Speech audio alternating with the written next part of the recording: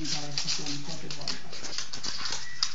Lapsen hoitaminen kotona äitiysloman jälkeen ei ole helppoa, koska siinä ei ole kotihoidon tukia. Siksi täällä Kruunukylistä kumppanijat ryhtyivät toimeen, tekivät laskelmia ja keräsivät nimiadresseja Kruunukylisän saamiseksi ensi vuoden budjettiin. Sen takia, koska koimme, että pelkkä kotihoidon tuki ei anna todellista mahdollisuutta jäädä kotia pienten lasten kanssa.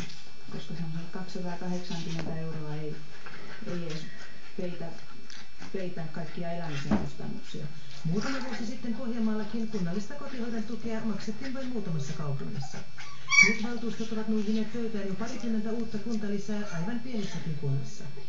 Kyse ei ole pelkästä hyvästä tahdosta, sillä kotihoidon edullisuus kunnan päivähoitoon verrattuna on ilmiselvää. Kun itselläkin 3 vuorotyöhön, niin piti paikata yöhoitaja ja iltahoitaja lapsille.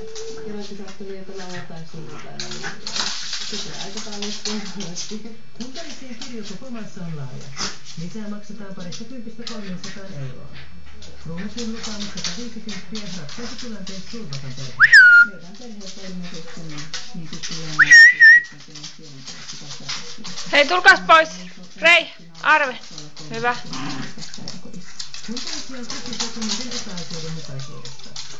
Lapsiperheessä eniten kritiikkiä saa ylipäätään lapsen kotihoidon vähäinen tukeminen. Kotihoidon tuki